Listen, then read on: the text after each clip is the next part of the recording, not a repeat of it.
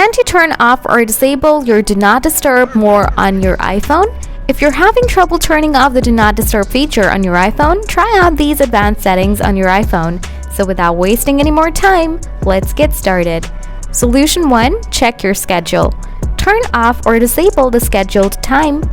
To go settings, tap Focus, tap Do Not Disturb, and look for the Scheduled option. Tap Delete Scheduled.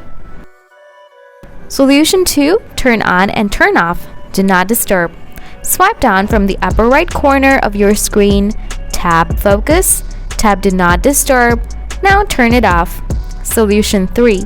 Restart your iPhone. Sometimes simply restarting your device can solve the issue. After giving a restart, please check your issues. If none of these steps works, follow the final solution. Solution 4. Give reset all settings. Go to Settings, scroll down, tap General, scroll down, tap Transfer or Reset iPhone, tap Reset all settings. If you're still having trouble turning off the Do Not Disturb feature, please let me know in the comments. Thanks for watching.